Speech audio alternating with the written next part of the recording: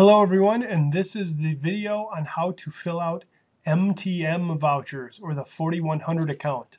MTM vouchers, the 4100 account. These particular vouchers are currently on green card stock, and the good news is that they will be on green paper. So you'll be able to easily recognize them. Green paper, just like they're currently on green card stock.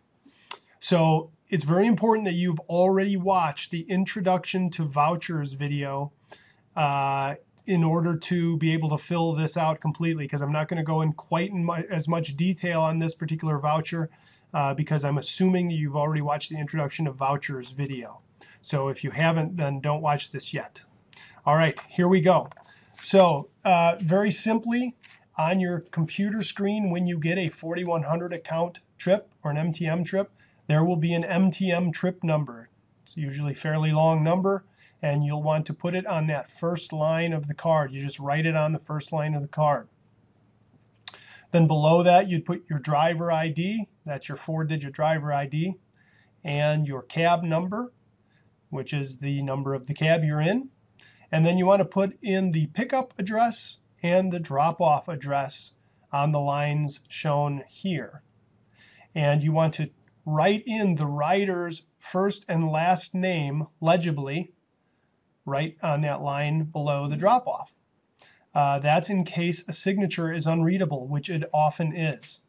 You'll see over in the lower right-hand corner of the voucher, just like with all the other vouchers, that is where the rider would sign. Very, very important. Make sure to always get the rider signature. MTM will not pay us if you don't get the rider signature. And if you can't tell what that signature is, it's good to, that's the purpose of the line there that says rider first and last name. You'll have it there and it'll be very easily readable. Of course, if you go there to pick somebody up and it's a no-go, there's a little box that you check if it's a no-show, so that's pretty straightforward. And the big black boxes down at the bottom of that section on the left side of the voucher where it says fare number is where you put in the 6-digit fare number. And of course, our fare numbers are always 6 digits.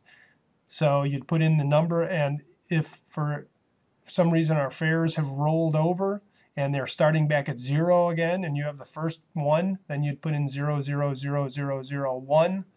But otherwise, you just put in whatever fare number this was.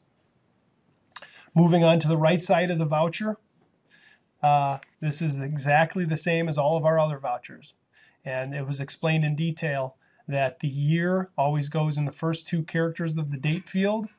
The year goes in the first 2 characters. And on these particular vouchers, we went ahead and printed some up with the numbers 11 on them because we know we'll be done with them before it becomes 2012. And then, of course, you put the month and the day, 2-digit month, 2-digit day. And then below that, the time in hours and minutes, and of course whether it's in the morning or the afternoon. So you don't put military time in there, you put traditional 12-hour time. And on MTM trips, you're going to put in the flat rate rather than the amount on the meter, but you're going to put the flat rate in on that line, and then you're going to put that same rate in on the total line, because as you know, there's no gratuity on these trips, so you'd have the same amount on both lines. That's the entire voucher. Everything else is pretty self-explanatory, especially if you've watched the introduction to vouchers video. Thank you very much.